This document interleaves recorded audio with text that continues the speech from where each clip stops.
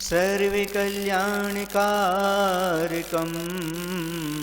प्रधानं सर्वधर्माणां जैनं जयतु शासनं जैनं जयतु शासनं। बोलिए अहिंसा परमो धर्म की।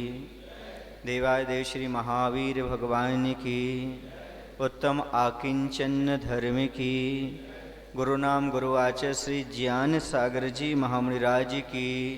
आचार्य गुरुदेव भगवान श्री विद्यासागर जी महाराज की।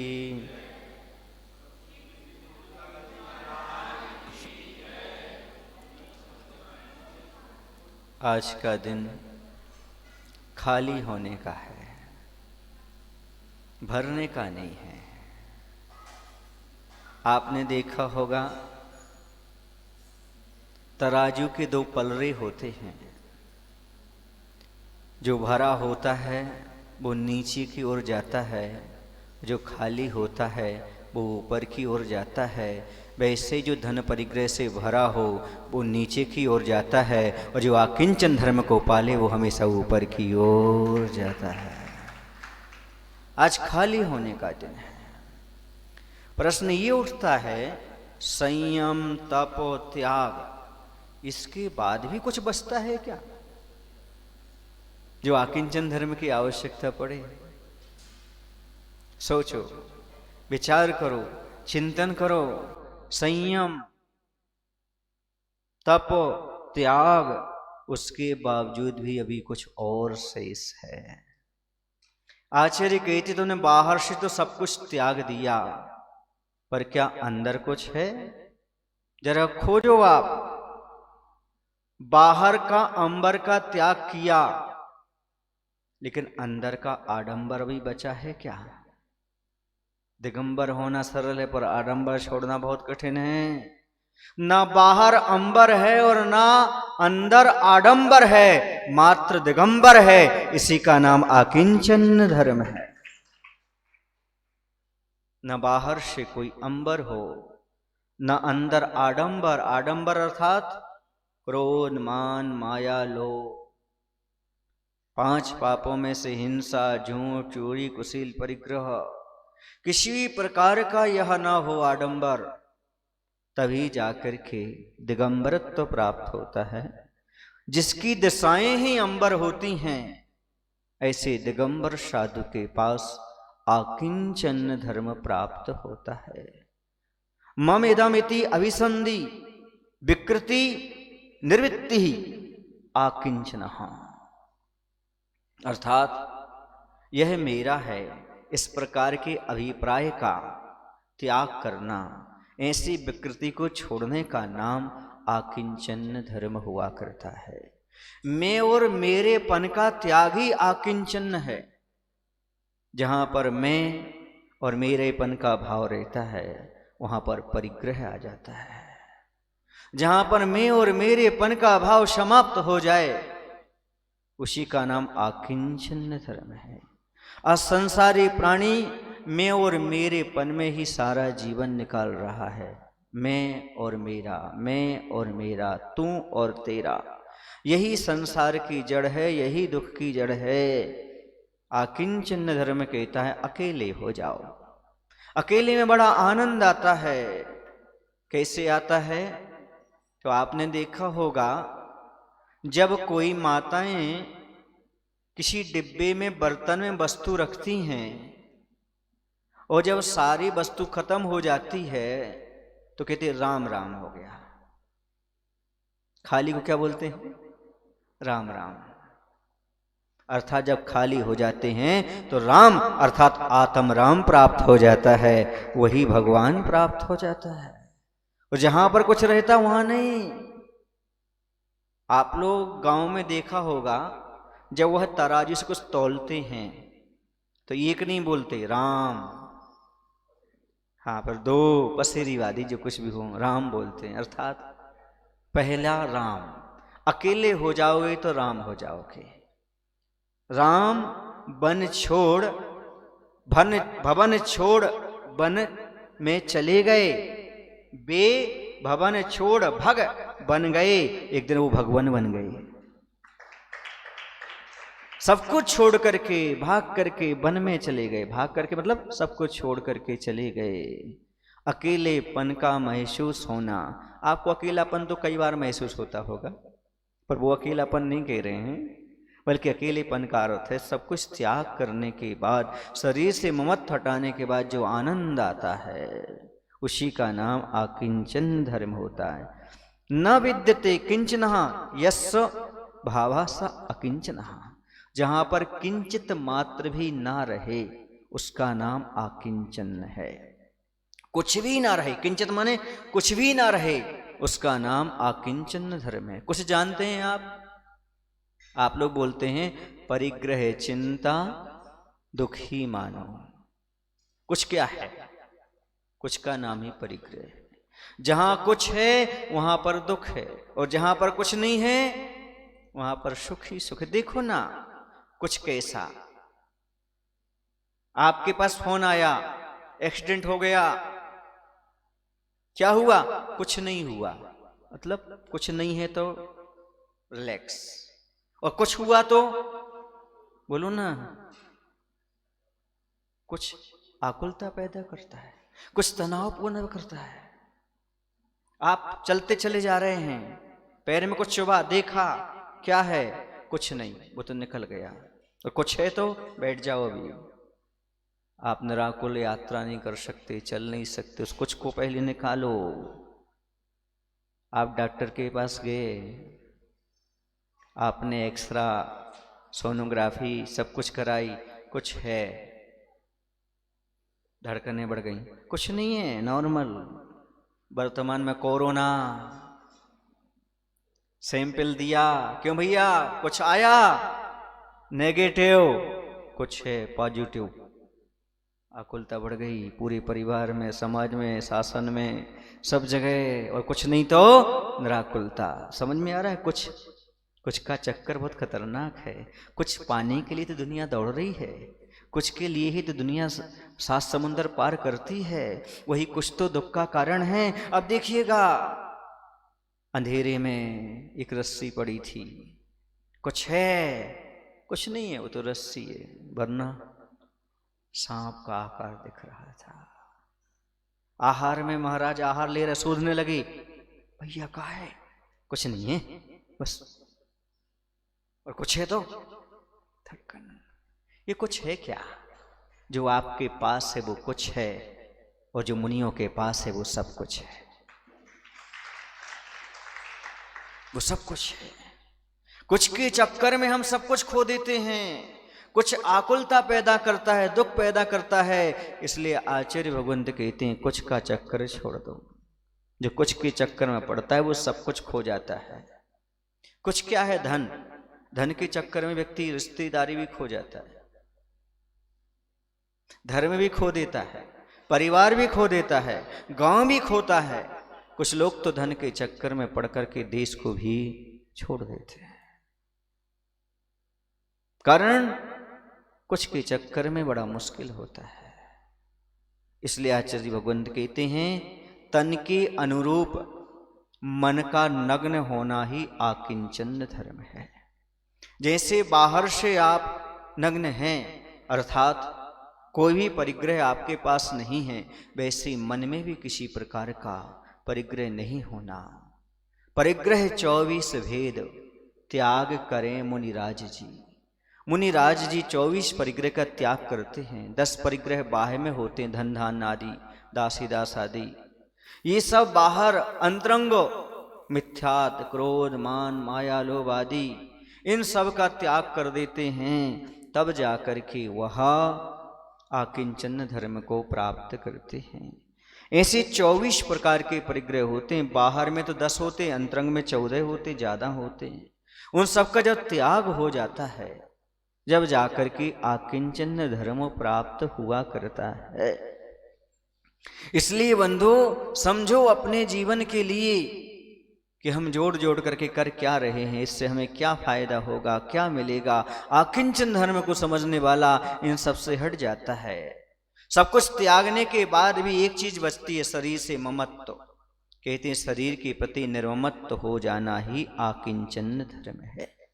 शरीर को छोड़ा नहीं जा सकता, त्यागा नहीं जा सकता, पर उसके प्रति राग और ममता भाव का त्याग करना ही आकिंचन धर्म कहलाता है।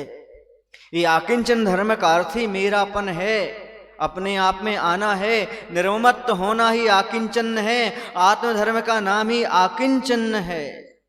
आकिंचन में बड़ी स्वतंत्रता होती है, स्वावलंबन होता है, किसी प्रकार का कोई परावलंबन नहीं होता। बिल्कुल आपने देखा होगा, तुम भी होती है, जब सूख जाती है बड़ी हल्की हो जाती है, तैरने लगती है, गीली होती तो डूब जाती है। ऐसा क्यों? तुम भी तैरती तैराती औरों को भी सूखी या गीली? सूखी। वैसे जो स्वयं तैरता और तैराता है वो परिग्रह से रहित हो, तभी। परिग्रही न स्वयं संसार से पार हो सकता है और न दूसरे को पार लगा सकता है। जैसे तुम भी गीली हो तो स्वयं नहीं तैर सकती, औरों को तैराना तो बात ही अलग है।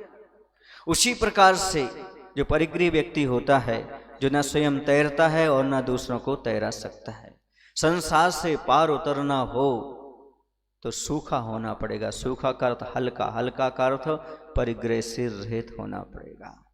गुब्बारा ऊपर क्यों उठता है? जमीन का आकर्षण हटा, गुब्बारा ऊपर पहुंच गया। वैसे हमारा संसार का आकर्षण हटा, हमारा ऊर्ध्वगमन हो गया, हम सिद्धशिला में जाकर विराजमान हो जाते हैं। लेकिन ये आकर्षण हटे तो, ये आडंबर हटे तो बहुत मुश्किल है। आज के जमाने में इस आडंबर को हटाना बहुत कठिन है। कुछ पाने के चक्कर में आदमी सब कुछ खो देता है। एक बाल बनाने वाला था, उसे क्या बोलते हैं आप लोग? नाई था। एक सेठ जी उसके यहां छोर कर्म कराने के लिए गए। सेठ जी का जन्मदिन था। बोले सेठ जी आज तो हम आपसे कुछ चाहेंगे। बोले ठीक है, हम आपको कुछ दे देंगे। और बस कार्य हो गया। सेठ जी ने जितना मूल्य होता था उससे ज्यादा उसे मूल्य दे दिया, दुगना दे दिया। उसने कहा नहीं हमें तो कुछ चाहिए। उन्होंने 3 गुना धन दे दिया, नहीं हमें तो कुछ चाहिए। वो कहते एक काम करो, एक गिलास पानी लाओ। एक गिलास पानी लेकर के वह नाई सामने पहुंचा, उसमें कचरा था। बोले क्या है इसमें? बोले कुछ है। बोले रख लो, हम जा रहे हैं। कुछ चाहिए ना आपको? नहीं आया समझ में? कुछ रख लो, हम जा रहे हैं। अर्थात कुछ के चक्कर में सब कुछ छूट गया। और यही है, हम पैसे के कारण भाई भाई को छोड़ देते हैं, संबंधियों को छोड़ देते हैं, धर्म को छोड़ देते हैं। क्यों? क्योंकि हमारे लिए कुछ की आवश्यकता है। कुछ पाने के चक्कर में हमारा सब कुछ छूट जाता है। देखो ना, कुछ लोग इतने अंधे हो जाते हैं धंधा करने में, वो भूल जाते हैं कि हमें भगवान की भक्ति भी करना है, हमें पूजन भी करना है, हमें बच्चों का ख्याल भी रखना है। पैसा कमाने के लिए 7 समुंदर पार चले जाते हैं। अर्थात देश से छोड़ करके विदेशों में भी धन कमाने के लिए चले जाते हैं। परिवार और उनका क्या होता है इस और उनका ख्याल कभी रहता ही नहीं है। स्वयं भी वहां जाकर के तनाव में आ जाते हैं, यहाँ भी लोग तनाव में आ जाते हैं। ऐसी कई घटनाएं हुई कि बेटा विदेश में है, माता पिता यहाँ हैं। कभी बेटे का मरण हो जाता है और कभी माता पिता का मरण हो जाता है। अनेकों दृष्टांत हैं जो अंत समय एक दूसरे से मिल ही नहीं पाते।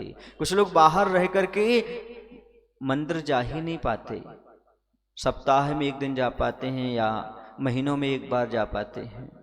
अच्छा, मैं आपसे पूछना चाहता हूं, आपके बेटे की जॉब लग रही है, अंतर इतना है कि एक जगह 1.5 लाख रुपए मिल रहे हैं और एक जगह 1 लाख मिल रहे हैं। अंतर इतना है, जहां पर 1.5 लाख रुपए मिल रहे हैं वहां पर मंदिर नहीं है, 300 किलोमीटर दूर मंदिर है। और जहां पर 1 लाख मिल रहे हैं वहां पर बाजू में ही मंदिर है। आप बच्चे को कौन सी सलाह देंगे? 1.5 लाख वाली। आ गए ना? मतलब धर्म प्यारा नहीं है, हमें धन प्यारा है। अरे मैं कहता हूं बंधु, कुछ स्वतंत्रता तो अपने पास होना चाहिए। गुलामी की जंजीरों से स्वतंत्रता की शान अच्छी, लाख रुपए की नौकरी से एक पान की दुकान अच्छी। हमारा बेटा सामने तो है, सुख दुख इस दुख का बांट तो रहे हैं। प्रेम तो हमारे पास है, पैसा भले ना हो कोई बात नहीं है, पर प्रेम तो है। महाराज पैसा के बिना भी नहीं चलता, लेकिन मैं कहता हूं प्रेम के बिना भी नहीं चलता। पहले के लोगों का कैसे चलता था? पहले पैसा कम था, लेकिन आपस में प्रेम बहुत था, आनंद था, सुखी थे पहले के लोग। आज पैसा तो बढ़ गया, लेकिन सुख समाप्त होता जा रहा है, आकुलता बढ़ती चली जा रही है। पहले के जमाने के लोगों के मकान छोटे होते थे, दिल बड़े होते थे, और आज मकान तो बड़े हो गए, लेकिन उनके घरों में कुत्ते को रहने को तो स्थान है, पर माता पिता को रखने के लिए क्या करोगे धन पा करके? मानवता ही समाप्त हो जाए, घर परिवार में कलह पैदा हो जाए, घर का विभाजन हो जाए, भाई भाई से अलग हो जाएं, ऐसा धन किस काम का? मैं मानता हूं कि आप निष्प्रगृही दिगंबर नहीं हो सकते, लेकिन कम से कम संतोषी तो बन सकते हो।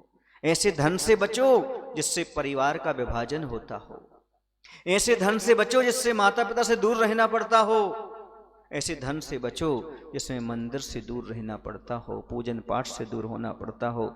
ऐसे धन से तो कम से कम बचने का प्रयास करो। ज्यादा अधिक मैं आपको धर्म का उपदेश नहीं दे रहा हूं, बल्कि इतना कह रहा हूं, कम से कम इतना तो समझो कि हमारी मानवता बनी रहे, धन तो आ जाए। क्योंकि मैंने देखा है, आप लोगों ने उन लोगों को देखा होगा जिनके पास धन नहीं है, वो दुखी हैं, पर मैंने ऐसे लोगों को देखा जिनके पास धन के अलावा कुछ नहीं है, फिर भी दुखी। क्योंकि बंधु, निर्धन नहीं वो नहीं होता जिसके पास धन नहीं होता, निर्धन तो वो होता है जिसके पास धन के अलावा और कुछ भी नहीं होता। एक निर्धन आदमी है, लोग उसके घर जाना पसंद करते हैं, लेकिन एक धनी आदमी है, किसी से अच्छे से बात ही नहीं करता, उसके घर जाना पसंद करोगे क्या? नहीं। मुनि महाराज भी ऐसे ही हैं, नवदा भक्ति देखते हैं, आपकी भोजन की थाली नहीं देखते। परखो दाता का हृदय, मत देखो उपहार, मूल्यवान नहीं बेर थे, था सबरी का प्यार। रामचंद्र जी सबरी के यहां चले गए, लेकिन बड़े के यहां नहीं गए। क्यों? क्योंकि बंधु, प्यार देखना है, प्रेम देखना है, भक्ति देखना है, मात्र पैसा महत्वपूर्ण नहीं होता, उपहार महत्वपूर्ण नहीं होता। उपहार कैसे दिया, ये अंदर की परिणति की आवश्यकता है। दान तुमने कितना दिया, कहां दिया, ये महत्वपूर्ण नहीं है, दान देने के पीछे आपका उद्देश्य क्या था, भाव क्या था, ये महत्वपूर्ण हुआ करता है।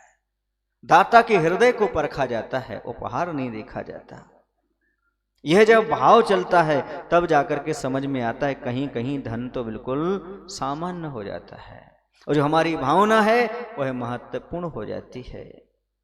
तो ये कह रहा हूं कि धन से थोड़ा सा ममत्व हटाने का प्रयास करिएगा, धर्म से थोड़ा पीछे हटने का प्रयास करिएगा। आखिरकार आकिंचन धर्म को कौन धारण करता है? किससे लगता है कि मुझे आकिंचन धर्म, निष्परिग्रही जीवन जीना चाहिए? आचार्य कहते हैं, जो पापों से भयभूत होता है और मोक्ष की अभिलाषा रखता है। दो बातें, जो पापों से भय खाता है अर्थात पाप करने से डरता है, और जो मोक्ष की सुख की अभिलाषा रखता है, वही आकिंचन धर्म को प्राप्त करता है, वही परिग्रह को छोड़ना चाहता है, वही धन दौलत और शरीर से ममत्व को हटाना चाहता है। वरना भैया पैसा कमाने में बहुत पाप होता है, आप मानो या ना मानो, हिंसा, झूठ, चोरी, कुशील, परिग्रह, ये सारे पाप धन कमाने से हो जाते हैं। अब देखिएगा, धन कमाते समय इतना दुख, धन के संरक्षण में परेशानी। धन आ गया तो सुरक्षा चाहिए, कुत्ता रखो या आदमी रखो, या तिजोरी में रखो या बैंक में रखो, सुरक्षा की बहुत चिंता रहती है। और धन चला जाए तो दुख होता है, जिसके आने में दुख, जिसकी सुरक्षा में दुख, जिसके जाने में दुख, उससे इतना ममत्व क्यों? उससे मात्र साधन समझो, साध्य मत समझो। पैसा कुछ तो है पर सब कुछ नहीं है, इस बात को समझने का प्रयास करो। सब चीजें पैसे से नहीं खरीदी जाती बंधु। और मैं बताऊं, जो हमें अनिवार्य और आवश्यक चीजें हैं, हकीकत बताएं, जिसके बिना हम एक सेकंड नहीं रह सकते, एक दिन नहीं रह सकते, वो पैसे से खरीदी ही नहीं जा सकती। वो क्या है? ऑक्सीजन। वो क्या है? नींद। बोलो ना, आनंद, प्रेम, ये सब पैसे से खरीदे जा सकते? धर्म, क्षमा, दया, ये सब पैसे से खरीदे जा सकते क्या? नहीं खरीदे जा सकते। पैसों से वही चीजें खरीदी जा सकती हैं जो मूल्यवान नहीं होती, तब तो उसका मूल्य है। बोलो ना, जिसका मूल्य उसी तो पैसा देके खरीदा जा सकता है, अमूल्य चीजों को नहीं खरीदा जा सकता। मैं आपसे पूछना चाहता हूँ, आप व्रत उपवास करते हैं, मूक माटी का स्वाध्याय सुन रहे हैं, साधु को आहार दे रहे हैं, वो आनंद आता है आपको कि नहीं आता है? आता है। वो कितने में खरीदा आपने? कुछ लोगों की धारणा है महाराज, आजकल धन वालों का ही बोलबाला है। धन नहीं है तो कोई पूछता नहीं है। मैं पूछता हूं, प्रवचन में आपको पैसे लगते हैं क्या? बोलो ना, फिर कैसे कह दिया आपने? पूजन करने में आपको पैसे लगते हैं क्या? अभिषेक करने में? फिर आपने कैसे कह दिया कि धन वालों का ही है? पिच्छी जिसको मिलती है, धन वालों को मिलती है, त्याग करने वालों को मिलती है? फिर आपने कैसे कह दिया? जो बहुमूल्य चीजें हैं वो तो त्याग से मिलती हैं। अच्छा ये बताओ, चतुर्मास धन से संपन्न होता है कि त्याग से संपन्न होता है? धन तो बहुत जगह है, उस धन से संपन्न सबके पास रखा हुआ है, उससे नहीं। जो धन का दान करता है, त्याग करता है, उससे चातुर्मास सफल होता है। इसका अर्थ हो गया, धन से नहीं होता, त्याग से होता है। आप सब्जी खरीदने जाते हो, वो धन से मिलती है कि त्याग से मिलती है?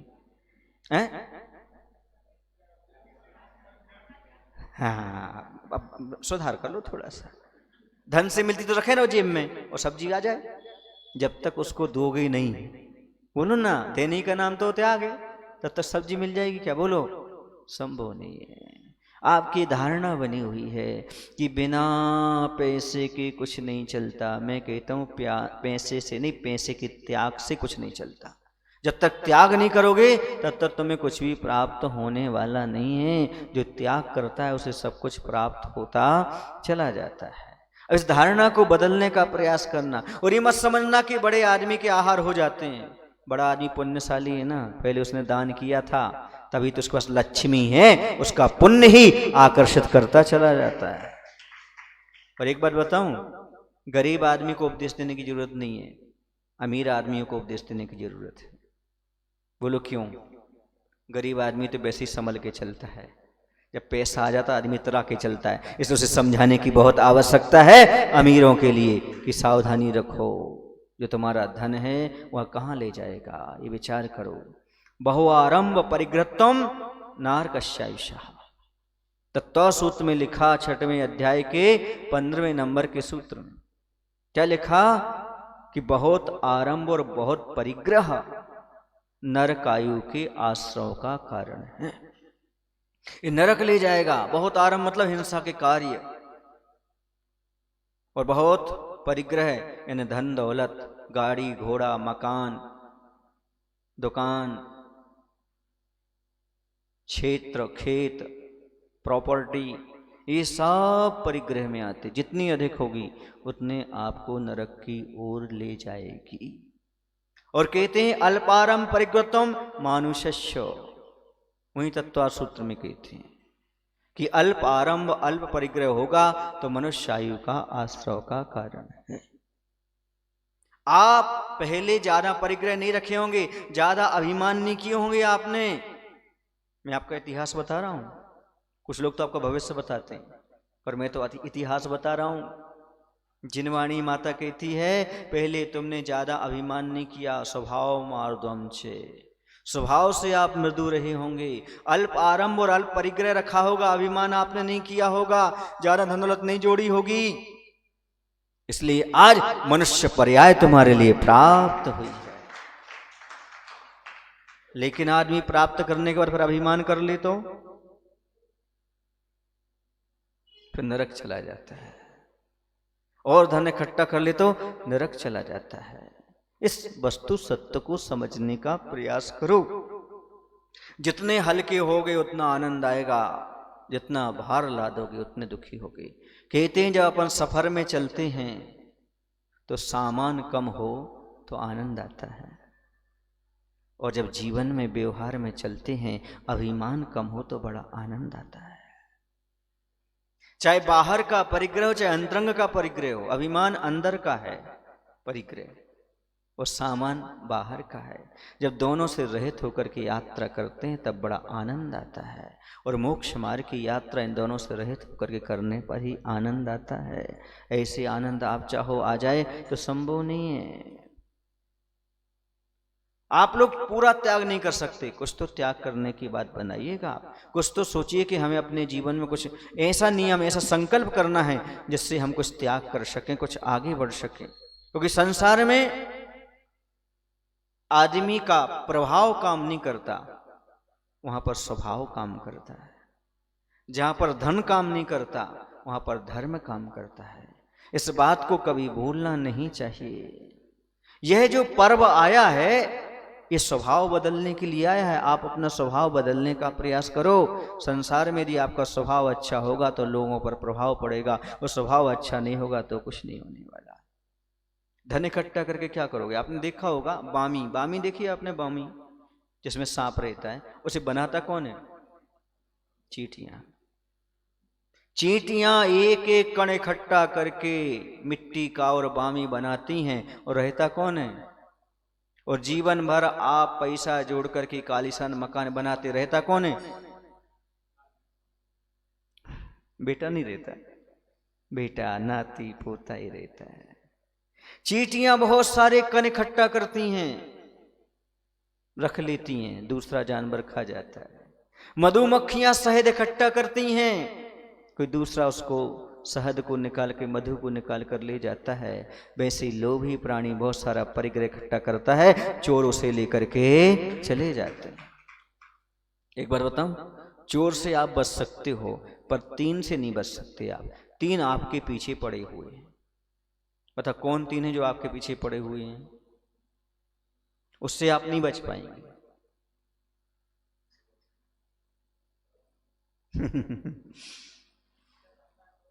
हैं? नहीं, सुनो अब अच्छी तरह से। रोग, रोग आपके पीछे पड़े हुए हैं। बुढ़ापा आएगा आएगा, मौत, समझ में आ गई? ये 3 चीजें। रोग भी आपके पीछे है, बुढ़ापा आपके पीछे है, किसी किसी तो साथ में ही है बुढ़ापा, किसी के तो रोग साथ में ही है, और मौत तो पीछे सबके है ही। इन 3 से बच जाओगे क्या? फिर ऐसी आपाधापी क्यों? इन 3 से आज तक कोई नहीं बच पाया। सबको रोग, सबको बुढ़ापा, कुछ तो बुढ़ापे के पहले ही चले जाते हैं, और किसी को मौत। इन 3 से नहीं बच पाओगे। और इन 3 चीजों से क्या धन बचा लेगा आपको? नहीं बचा सकता। फिर क्या करना चाहते हो? कोई आज तक नहीं बचा इन 3 से। जब आपने जन्म लिया था, जब जेब नहीं थी, कपड़े ही नहीं थे, जेब की बात तो छोड़ दो, नग्न आए थे आप।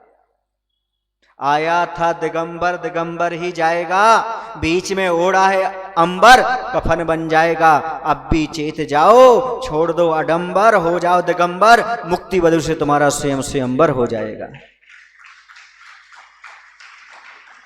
नग्न ही आया था दिगंबर, दिगंबर ही जाएगा, बीच में ओढ़ा था अंबर, कफन बन जाएगा। मैं पूछना चाहता हूं आप लोगों से, जब आपने जन्म लिया था आपके पास जेब थी क्या?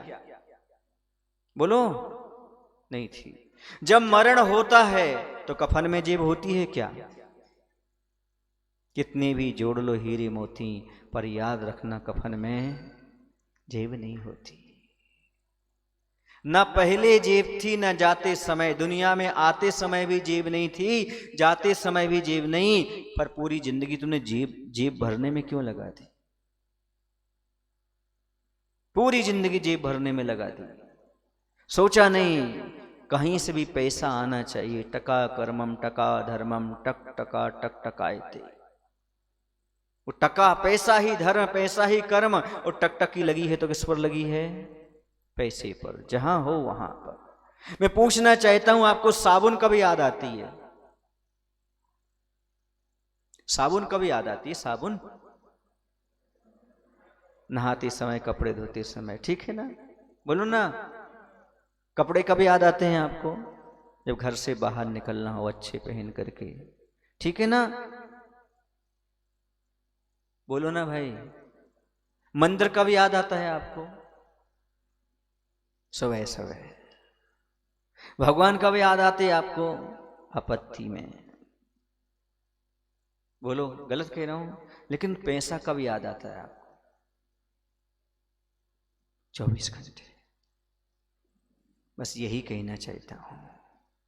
इतनी आसक्ति है पैसे के प्रति। भोजन आपको कब याद आएगा? भूख लगेगी। पानी कब याद आएगा? बोलो ना। एक बच्चे से भी पूछो, उसे मम्मी जब याद आती है जब भूख लगती है। ये स्थिति है, पर पैसा तो 24 घंटे आ जाता है। ऐसी आसक्ति क्यों? इतना ममत्व भाव पैसे से क्यों? पूछना चाहूंगा, आपके पास कोई जवाब नहीं है। यही कहना चाहते, थोड़ा कम से कम उसको कम करने का प्रयास तो करो, तभी आनंद आएगा जीवन में, अन्यथा नहीं। चलो मैं पूछना चाहता हूं 2 प्रकार के प्रवचन।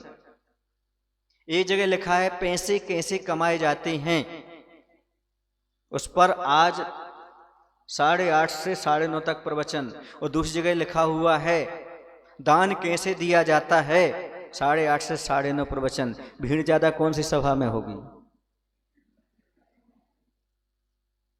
हंस के हो रहे हैं। पैसा कमाना धर्म है कि दान देना धर्म है? बोलो।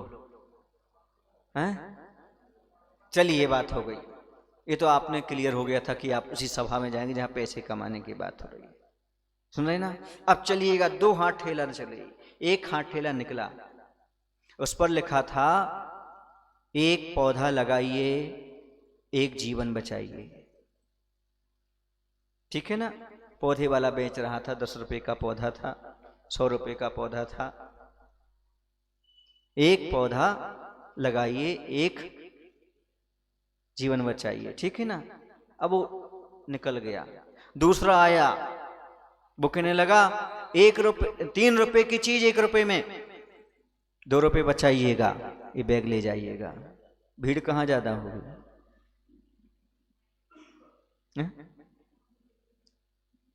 बैग वाले के यहाँ 2 रुपए बचाने में। जीव बचाने वाले के यहाँ भीड़ नहीं होगी, पैसा बचाने वाले के यहाँ भीड़ होगी। यही पूछना चाहता हूं, आपके सामने जीवन का कोई मूल्य नहीं है क्या? क्या पैसा देकर के जीवन को खरीद सकते हो क्या? आप जीवन भर कितना पैसा कमा सकते हो? मान लो आपने कितना बोल रहे हो, अरबों रुपए कमा लिए पूरा जीवन दे करके। अब पूरे पैसे दे करके जीवन का एक पल खरीद सकते हो क्या? फिर बहुमूल्य क्या हुआ पैसा की जीवन? फिर जीवन तुमने गमा दिया पैसे में। इसे बुद्धिमानी माने, विवेकीपना माने कि अविवेकीपना माने? बताओ आप लोग। धर्म भी छोड़ दिया, अविवेकीपना इसी का नाम है। धर्म छोड़कर धन कमाने जाना, इसका नाम है अविवेकीपना, मूर्खता। और धन छोड़कर धर्म पाना, इसका नाम है विवेकीपना। तुम्हारे अंदर विवेक जाग गया, क्योंकि तुम धन को छोड़कर के धर्म पाने की इच्छा कर रहे हो। बहुत कठिन है। बोलना, सुनना, ताली बजाना बहुत अच्छा लगता है, पर इसे धारण करना बहुत कठिन होता है। आपको क्या लगता है मैं दुनिया की सारी संपत्ति पाल लूंगा तो सुखी हो जाऊंगा? सिकंदर हो गया क्या? दुर्योधन हो गया क्या? कौन संपत्ति पाकर के सुखी हो गया? बुजुर्ग समझाते हैं, बार बार बुजुर्ग कहते हैं धृतराष्ट्र जी से, युद्ध रोक दो, युद्ध रोक दो।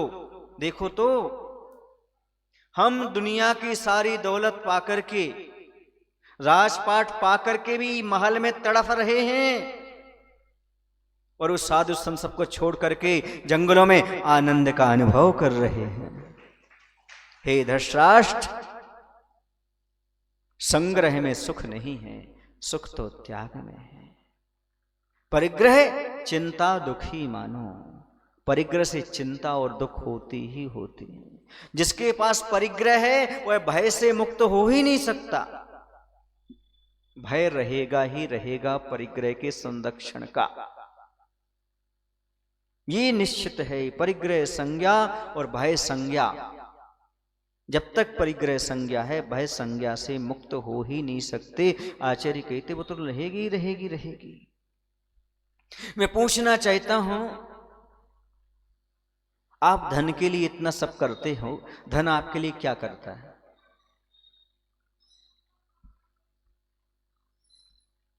जब आप रोगी होते हो तो धन आपका इलाज करता है क्या?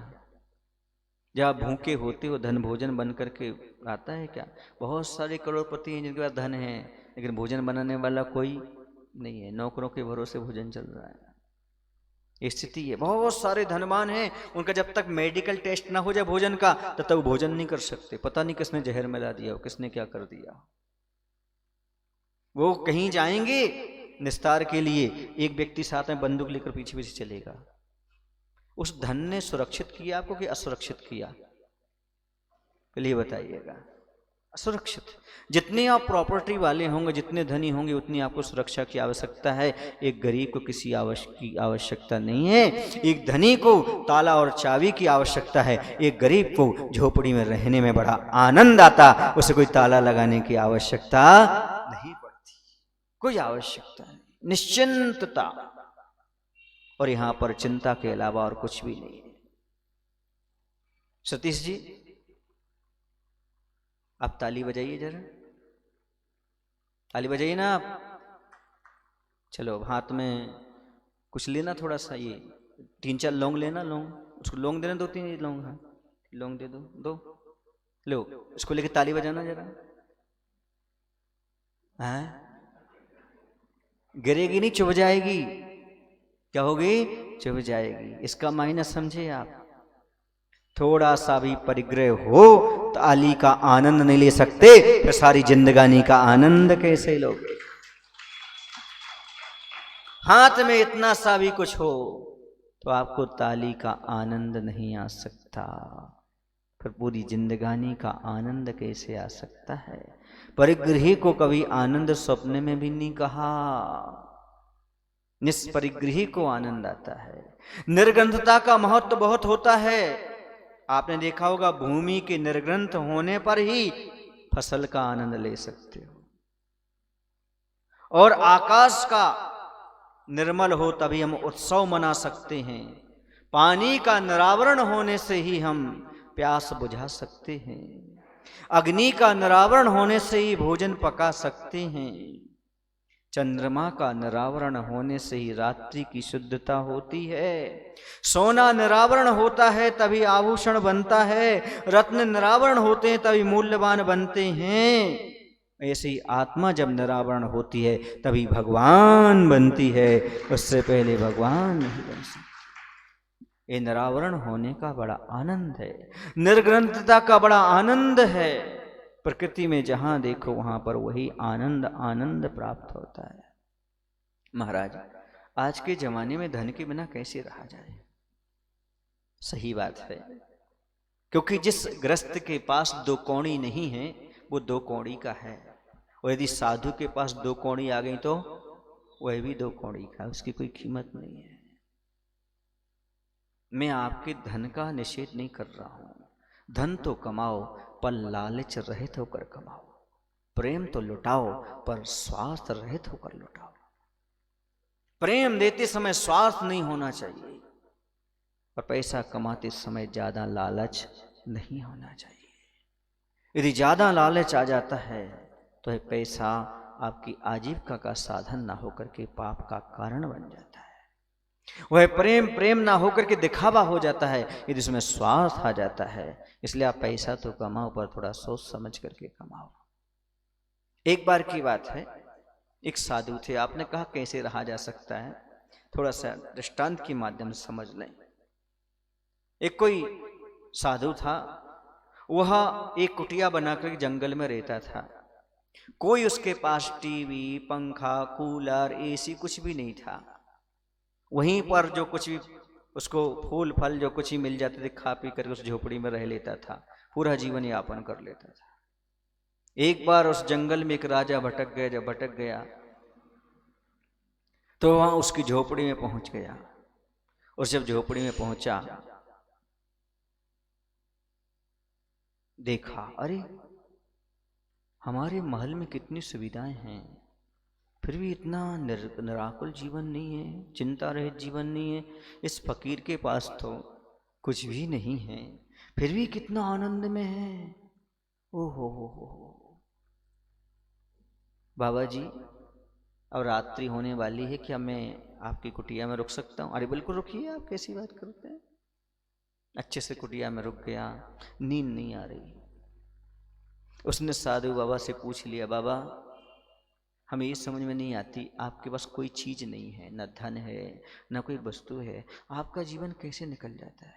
बोलिए ऐसा आपका भी निकल रहा है। अभी कौन से आपके पास राजपाट है, कौन से आपके पास धन दौलत है, कौन से आपके पास नौकर चौकर हैं? जो आप अभी मस्ती में नहीं है क्या, आनंद में नहीं है क्या?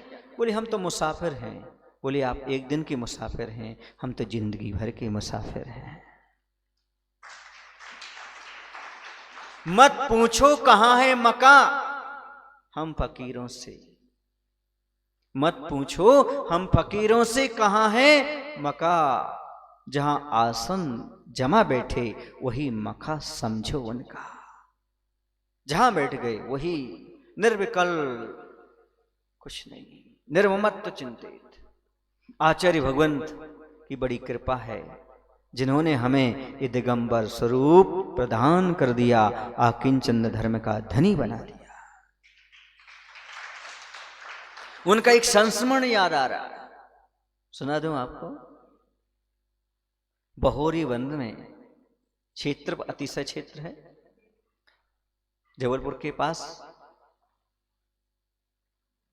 कटनी मान लो, कटनी के पास बीच। तो वहां पर ग्रीष्मकालीन वाचना चल रही थी। वहां पर चूंकि क्षेत्र है और धर्मशाला छोटी है, तो वहां पर श्रावक ऐसा करता था, एक एक चौके में 4-4, 5-5 महाराजों का भी पड़गान कर लेता था। कहीं 2, कहीं 3 ऐसा पड़गान हो जाता था। एक हॉल था, उसमें 4-4 महाराजों के आहार भी हो जाते थे। तो मेरा सौभाग्य ऐसा आया कि जिस चौके में आचार्य भगवंत के आहार हो रहे थे, उसी में मेरा पड़गान हो गया। ये बहुत कम मिलता अवसर। यहां पर आचार्य भगवंत की आहारचर्या चल रही, यहां बाजू में मेरी आहारचर्या हो रही। समझ रहे ना? आहारचर्या के उपरांत आपको मालूम है आचार्य से कितना समय लगता है। जब तक हम पड़ गए होंगे, वहां तक गए होंगे, पूजन वगैरह हुई, खड़े होंगे, तब तक आचार्य का आहार ही हो गया संपन्न। निष्परिग्रही का आहार, आहार भी देखने लायक। आपकी थाली में आ जाए तो आप अरुचि पूर्वक खाएंगे, बिना नमक का, बिना मीठा का, बिना हरी का। ऐसा आचार्य भगवंत का भोजन। आहार होने का उपरांत कमंडल साइज में एक से थे, तो जिस कमंडल को हम उपयोग करते थे वह कमंडल आचार्य के साथ लेकर के वो चले गए श्रावक, और आचार्य जहां पर बैठे वहां पर रख दिया। अब आचार्य को उपयोग करना होगा, पर वो कमंडल हमारा था, क्योंकि इसको हम उपयोग करते थे। आचार्य का कमंडल हमारे पास जहां थे वहीं बाहर रखा था। फिर आहार हमारे भी हो गए। फिर वह कमंडल लेकर के हमारे कक्ष में आके रखे। हमने कहा अच्छा है, आचार्य का कमंडल हमारे पास आ गया। ईरियापद भक्ति में हम लोग पहुंचे, प्रत्याख्यान लेने आचार्य भगवंत के चरणों में। ईरियापद भक्ति हो गई। आचार्य बोलते हैं, क्यों कुंथू, ये कमंडल हम ले लें? बहुत देर से सोच रहा हूं, कमंडल बदल गया है, ये हम कमंडल ले लें? हमने कहा जी आचार्य श्री, बोले ठीक है। बिना पूछे कैसे लेता? सुने आप लोग, बिना पूछे कैसे लेता? तो मैंने कहा आचार्य श्री जी सब आपका ही तो है, ये कमंडल भी और हम लोग भी। तो आचार्य श्री बोले ना मेरा कमंडल है ना ही मेरा मंडल है, मेरा कुछ भी नहीं है। निर्ममत्व भाव है तो छोटी सी बात, लेकिन यदि इससे जीवन में उतर जाए तो बहुत बड़ी बात है। दूसरे की वस्तु को बिना पूछे नहीं ले सकते, चोरी का दोष। दूसरी बात, उन उपकरणों से भी कोई ममत्व नहीं रखना। जो हम पीछे कमंडल शास्त्र रखते हैं उनके प्रति भी ममत्व भाव नहीं आना।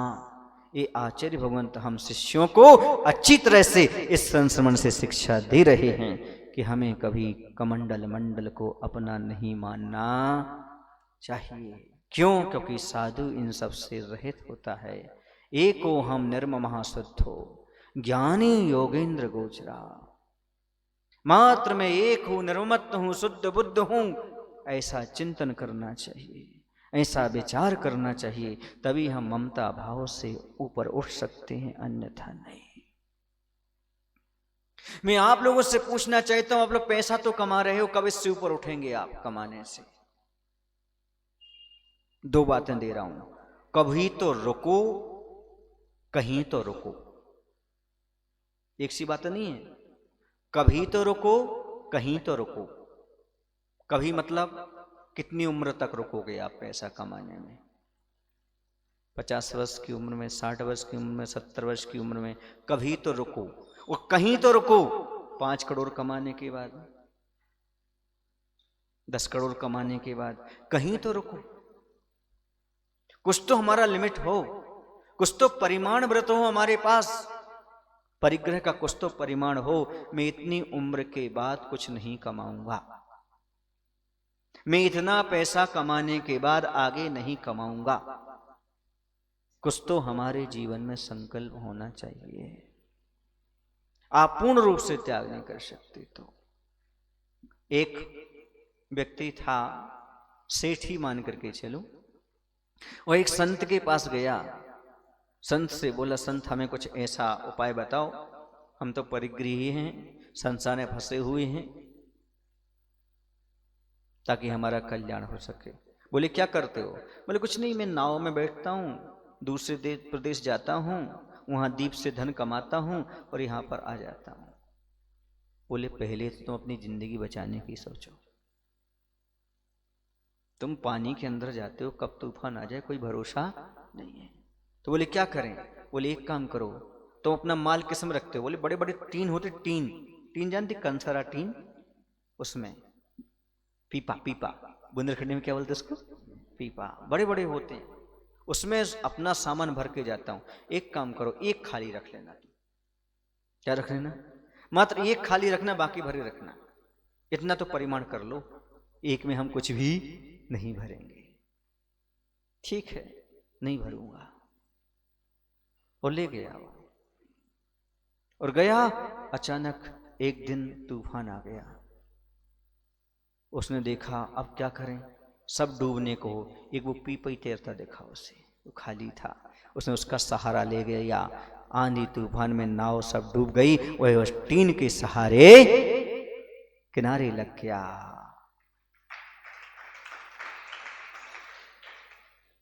क्यों ताली बजा दी आपने? आप समझ गए क्या?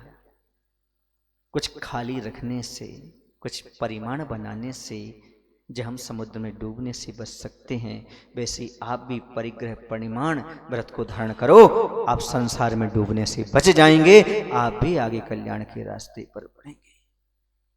यह एक टीन को खाली रखना परिग्रह परिमाण व्रत है, और पूर्ण खाली रखना ये परिग्रह अपरिग्रह महाव्रत है। परिग्रह का पूर्ण त्याग करना। आप पूर्ण त्याग नहीं कर सकते, कुछ तो अपने जीवन में त्याग करने का प्रयास करिएगा, बड़ा आनंद आएगा, आपका जीवन बड़ा आनंदमय बीतेगा।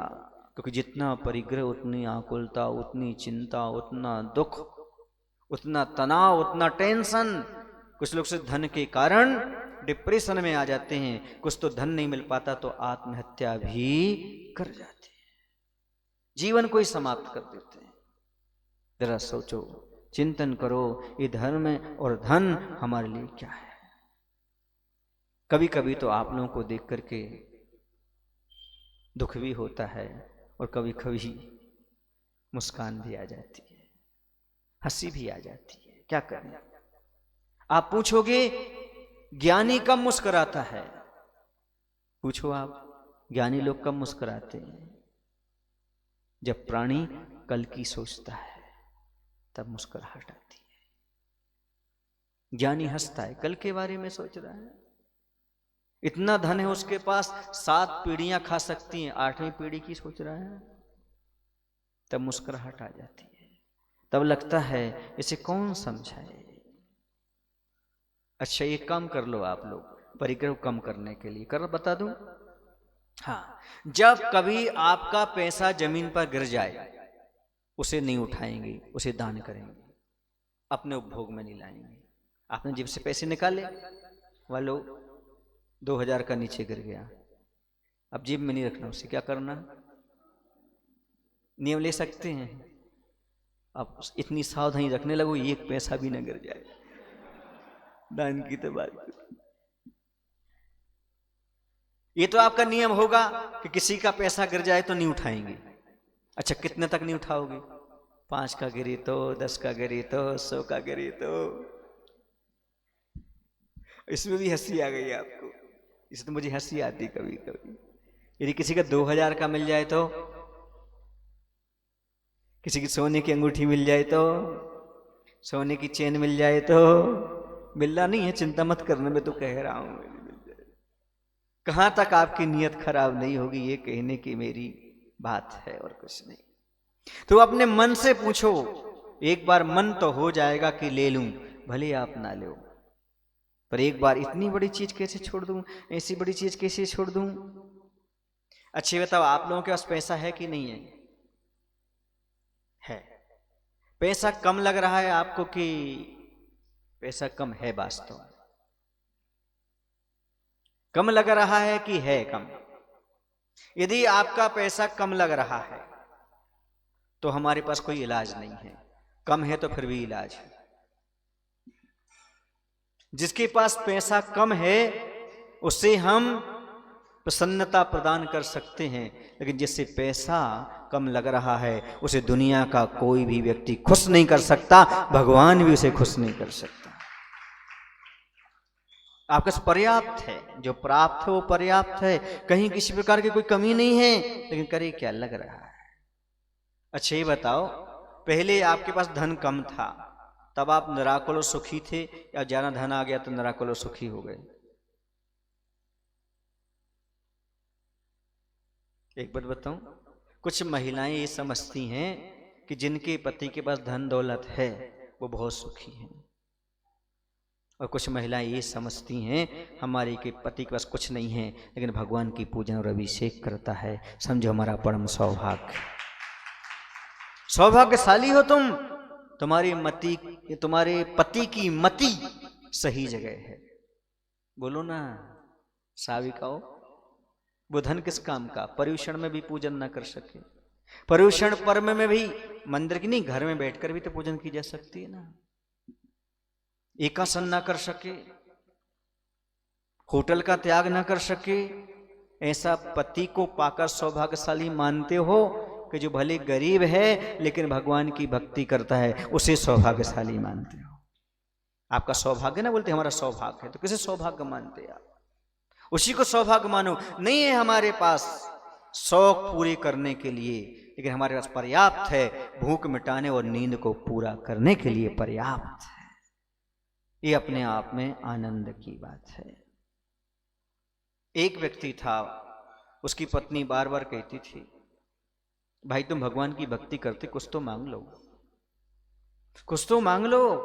देखो इतने सब लोग बड़े आदमी हो रहे हैं, जो नंबर 2 का काम करते हो, बड़े हो रहे हैं, तो ईमानदार से जी रहे हो, तो गरीब हो रहे हो। एक लॉजिकल आदमी के अंदर कमजोरी पलती रहती है। उसने भी ऐसा ही निवेदन किया, उसने कहा ठीक है, हम भगवान से मांग लेते, हमें तो कुछ चाहिए नहीं, आप कहते तो मांग लेते। उसने निवेदन किया भगवान से, पर भगवान कुछ नहीं देते। बीतरागी देवता आ गए, उन्होंने कहा चाहो क्या चाहिए? बोले मुझे कुछ नहीं चाहिए, मेरी घर में सरला बाई है, उसको चाहिए। पत्नी का क्या नाम था? सरला बाई। बोले क्या वरदान चाहिए?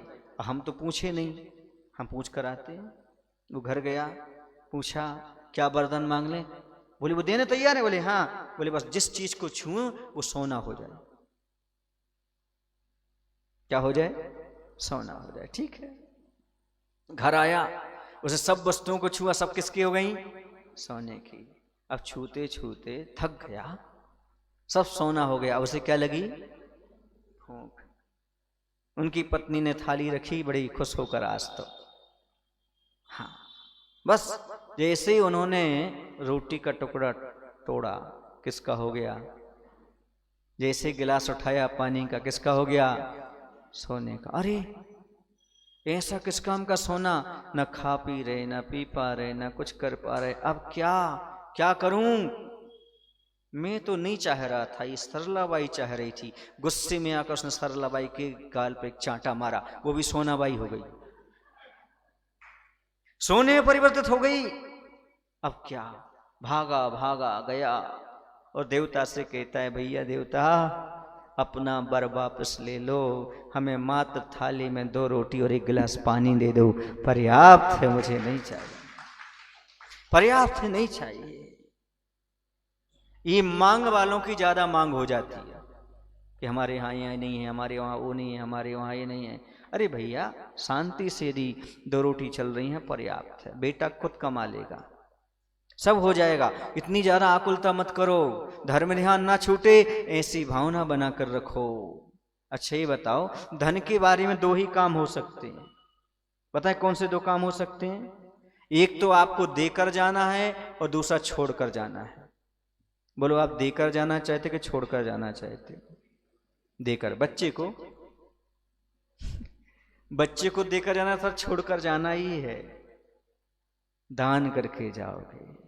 कितने लोग हैं जो अपनी सारी प्रॉपर्टी दान करके जाएंगे? वो हाथ उठाएंगे जिनके पास अभी प्रॉपर्टी नहीं है, बच्चे, बाकी कोई नहीं उठाने वाला, मुझे पता है। कहना बहुत आसान है लेकिन त्याग करना बहुत कठिन काम है। तो आज का आदमी धन को पाप मानता ही नहीं। कौन सी नंबर का पाप है धन? 5वें नंबर का। क्या नाम है उसका? परिग्रह। उसी की तो बात कर रहे, 5वें नंबर के पाप के त्याग करने की बात करें। यदि किसी व्यक्ति से पापी कह दो तो दुखी हो जाता है, लड़ने तैयार हो जाता है, और जेब में लाखों रुपए रखे हुए, बैंक में लाखों रुपए रखे हुए। धन को वह पाप स्वीकार करता ही नहीं, परिग्रह को पाप के रूप में स्वीकार करता ही नहीं। ये दशा है, तभी तो सब से कमाने के लिए निकल जाता है, समझ रहे ना? पर परिग्रह की दशा आप जानते नहीं। परिग्रह किसे कहते हैं? मम इदम अभिप्राय मात्रम वा परिग्रह। ये मेरा है ऐसा संकल्प करना, अभिप्राय करना ही तो परिग्रह है। ये बाह्य वस्तु तो बाहर से दिख रही हैं, लेकिन ये सब ममत्व भाव। भैया परिग्रह क्या करता है? परिग्रह दया क्षमा को नष्ट कर देता है। परिग्रह से हानि क्या है? परिग्रही व्यक्ति दयालु नहीं होता, फिर क्षमा समाप्त हो जाती है, मित्र भी शत्रु बन जाते हैं। जिसके पास धन आ जाता है परिग्रही के, परिग्रह दास के दास, दास तो बनाता ही है परिग्रह, लेकिन साथ में उदास भी बनाता है। दास भी बन जाता, उदास भी बन जाता है। चिंता और दुख को आमंत्रित करता है। परिग्रह से चिंता आती, दुख आती, हमेशा अपूर्ण रखता है। परिग्रह कभी पूर्ण नहीं कर सकता, आपको पूर्णता का अनुभव नहीं करा सकता। हृदय में कलुषता पैदा करता है, धर्म रूपी वृक्ष को उखाड़ फेंकता है और लोभ के समुद्र को बढ़ाता है। ये सब परिग्रह के कारण हमारी हानियां होती हैं। परिग्रह और अपग्रही में कितना अंतर होता है? अपरिग्रही जो होता है वह सोचता है कि हमारा संसार में कुछ नहीं है, परिग्रही सोचता है संसार में जो कुछ है वो सब मेरा हो जाए। अपरिग्रही मुक्त है, परिग्रही बंधन मुक्त युक्त है। अपरिग्रही अनासक्त है, परिग्रही आसक्त है। अपरिग्रही चिंता मुक्त है, जबकि परिग्रही चिंता से सहित है, तनाव से युक्त है। यह हमेशा परिग्रही निर्भय रहता है, वह हमेशा भय में बना रहता है। निराकुलता का धाम है, उसमें आकुलता बनी रहती है। निष्परिग्रही की हमेशा कर्म नजरा होती है, परिग्रही को कर्मबंध होता रहता है। अपरिग्रही जीवन का वरदान है और परिग्रह अभिशाप है। एक परमार्थी बना देता है, दूसरा स्वार्थी बना देता है।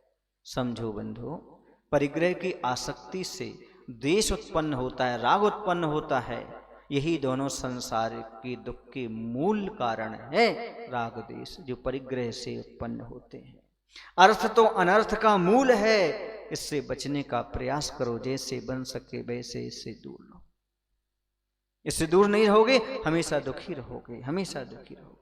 एक बार किसी ने आचार्य भगवान से पूछा, आचार्य श्री जी हमें सुख शांति चाहिए, कैसे मिलेगी? आचार्य श्री ने कहा, तुमने किसी से अनुबंध कर रखा है।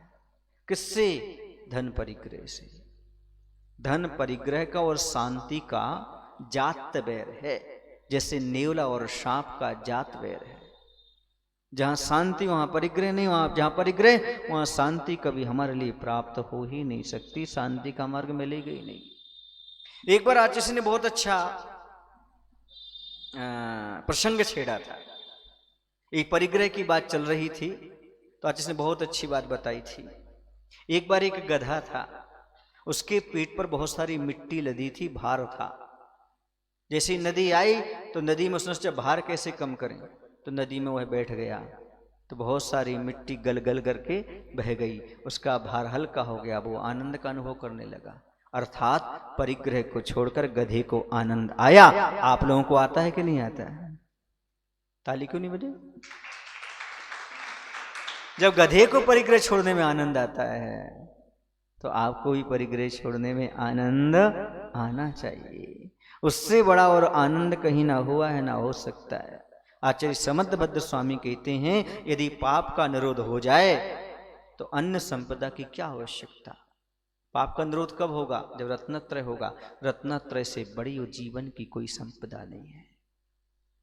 संयम जैसी संपदा कोई संपदा नहीं है, पर व्यक्ति इसकी ओर कभी देखना नहीं चाहता। सुबह सुबह एक गाड़ी निकलती ना, आपकी निकलती गाड़ी है, हाँ, तो एक बेटा माँ से बोला, माँ माँ कचड़ा वाला आ गया। माँ बोली, वो तो सफाई वाला है, कचड़े वाले तो हम हैं बेटा।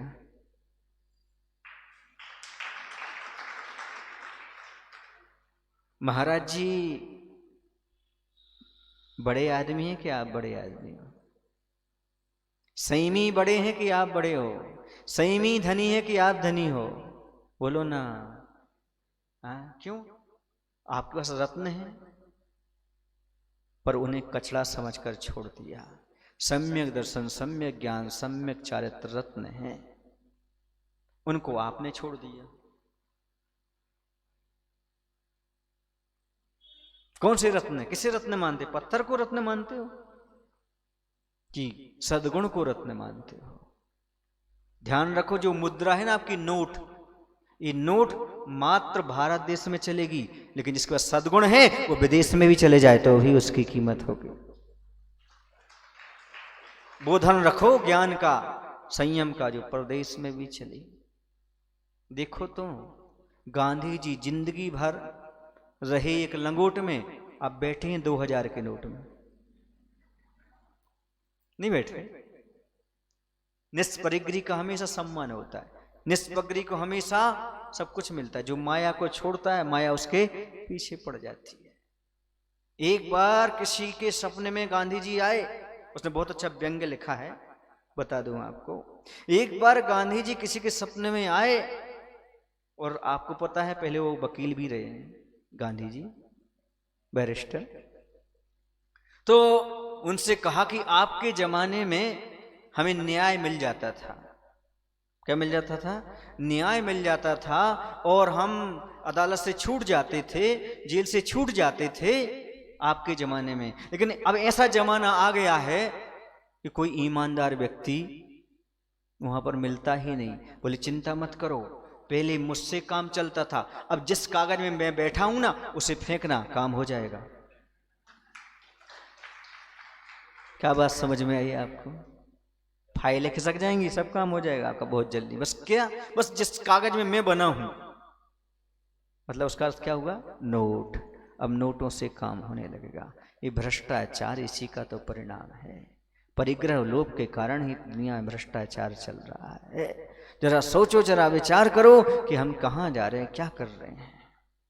एक बात और आपको बताऊं, मात्र बाहर से वस्तु के त्याग करने का नाम निष्परिग्रही नहीं है। अंदर से भी वस्तु का त्याग करना चाहिए, तभी हम निष्परिग्रही बन सकते हैं।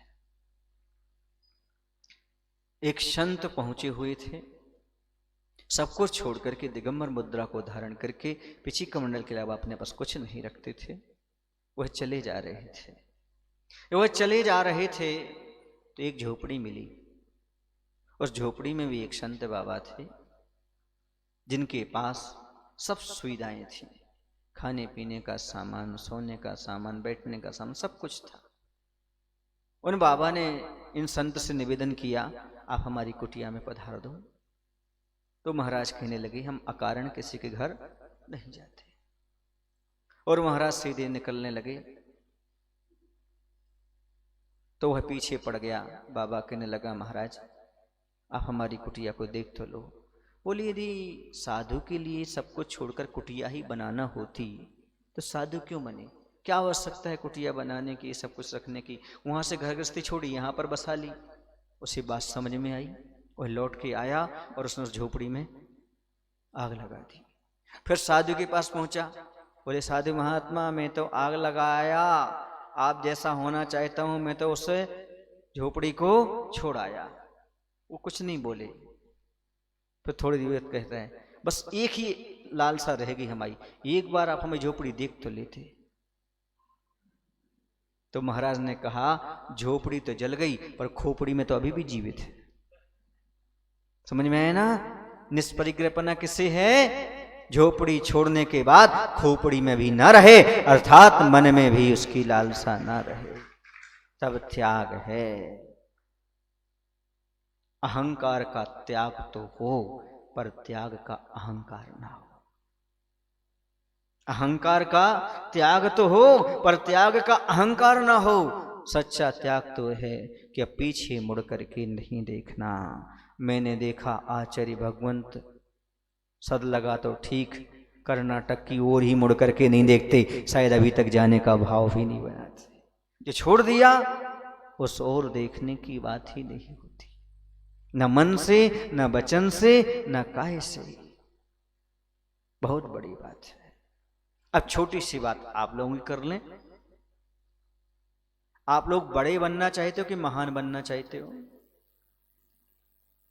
दूसरे की धन दौलत छीन करके बड़े आदमी बन सकते हो, और दूसरों की अपनी धन दौलत देकर मदद करके एक महान आदमी बन सकते हो। आप यदि किसी की जमीन छीन लेंगे, पैसा छीन लेंगे, प्रॉपर्टी छीन लेंगे, बंटवारे में थोड़ा सा मायाचारी का उपयोग कर लेंगे, तो आप बड़े आदमी तो बन जाएंगे पर महान नहीं बन पाएंगे। महान वो बनते हैं जो धन दौलत इकट्ठी नहीं करते, उसका सदुपयोग करते हैं।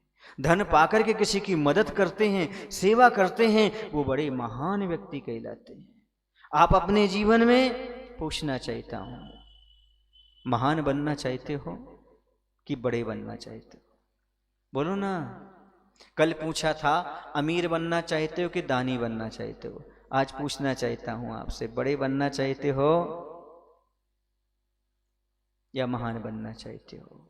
महान वही बनते हैं जो धन का दान करते हैं।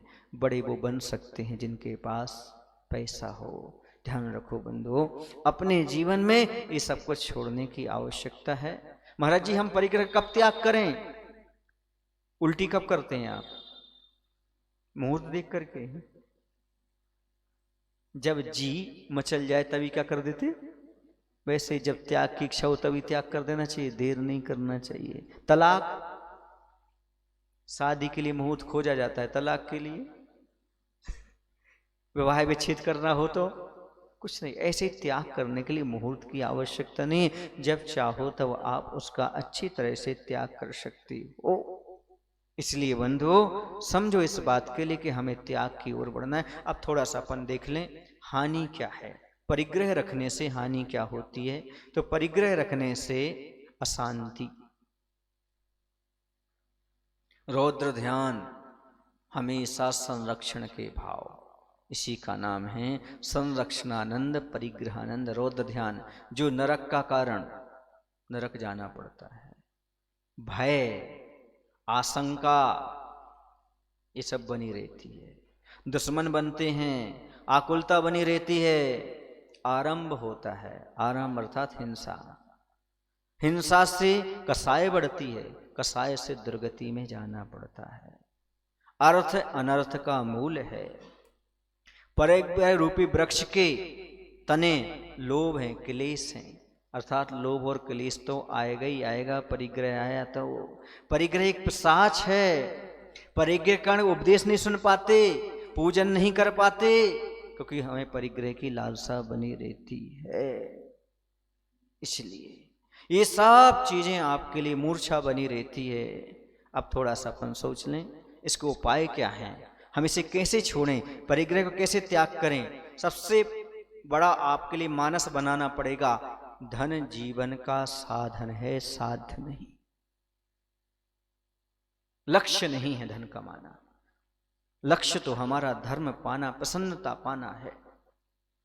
दूसरा, संतोष रूपी पारस पत्थर को अपने पास रखना पड़ेगा। तीसरी बात है, माया के खेल को समझो। कैसा है माया का खेल, संसार की माया कैसी है, काया की छाया के समान है। जितना उस छाया को पकड़ने दौड़ोगे उतनी दूर भागेगी,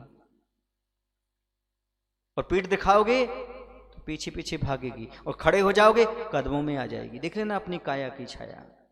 ऐसे ही है, कुछ लोग रोटी के पीछे भागते हैं, कुछ रोटियां उनके पीछे भागती। अंतर है जो छोड़ करके चले गए। साधु संगति करो, निश्चित रूप से आप संतोषी बनेंगे।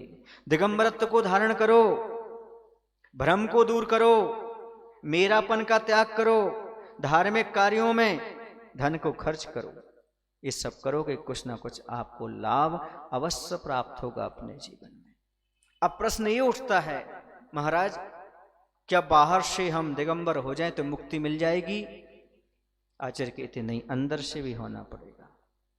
लेकिन आप कहो कि बाहर से हम दिगंबर ना हो, अंदर से हमारा आडंबर हट जाए, तो अभी संभव नहीं है। क्यों? प्रथम हटे छिलका तभी लाली हटती भ्रात, पाक कार्य फिर सफल हो लो तो मुख में भात।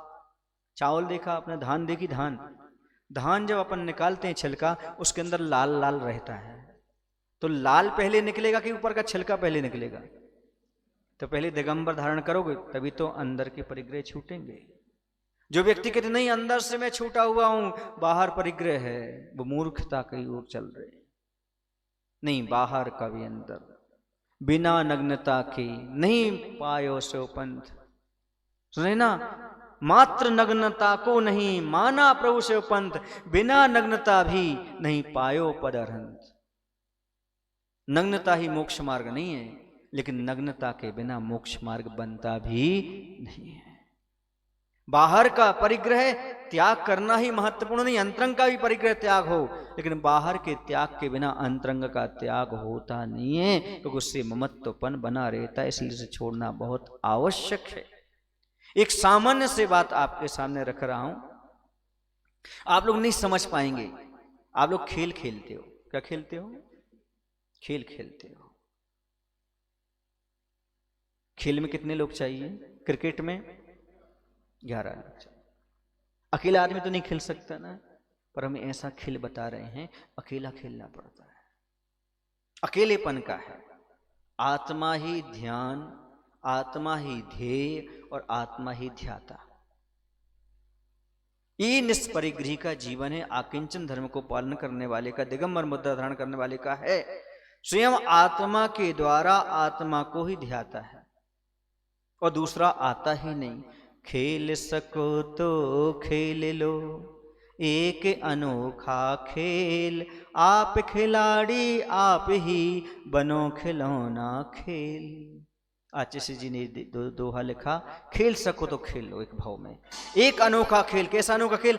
आप खिलाड़ी, आप ही खिलाड़ी बनो माने ध्याता, और आप ही बनो खिलौना ध्येय, और आप ही बनो खेल ध्यान।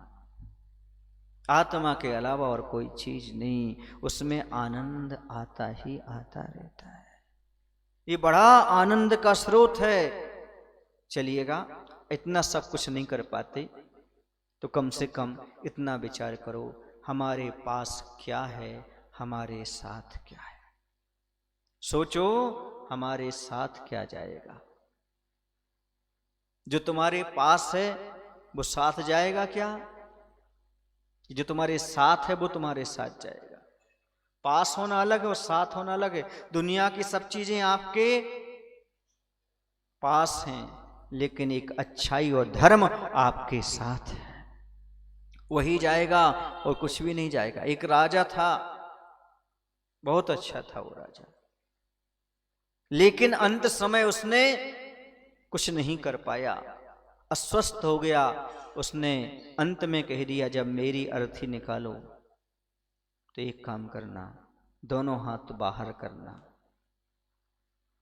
पर एक बात और समझ लेना, एक हाथ को काला कर देना, दूसरे हाथ को सफेद रंग से पोत देना। ऐसा क्यों करना?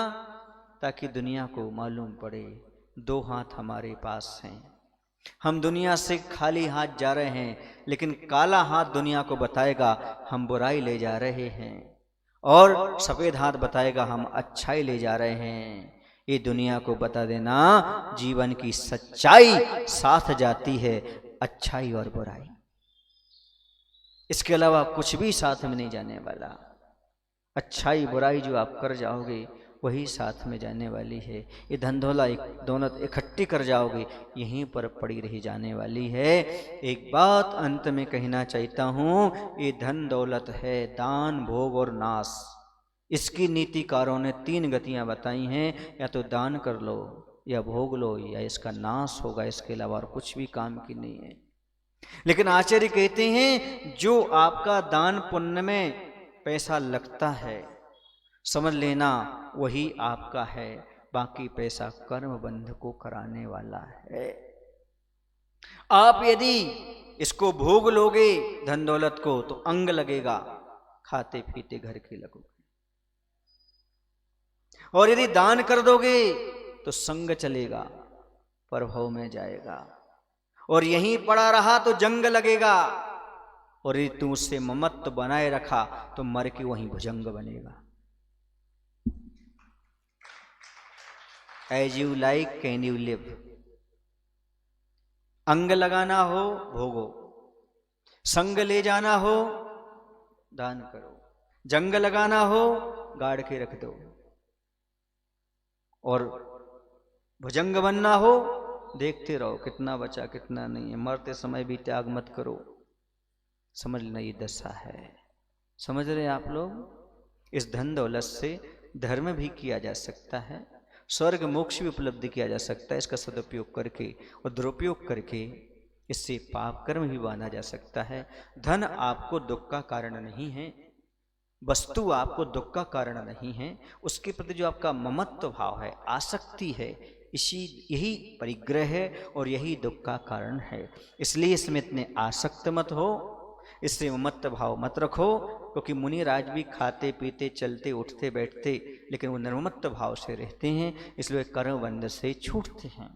आप लोग इस ममता भाव का त्याग करिएगा, परिग्रह को त्याग करिएगा, तभी आपको आनंद का अनुभव होगा। बोले महावीर भगवान की, आचार्य गुरुदेव भगवान श्री विद्यासागर जी महाराज जी की। बोलो हे प्रभु, हम सभी को इतनी शक्ति इतनी बुद्धि देने की कृपा करो, ताकि हम सभी लोग एक पीपा तो खाली रख सकें, अर्थात परिग्रह परिमाण व्रत का पालन कर सकें। नमोस्तु भगवान, नमोस्तु।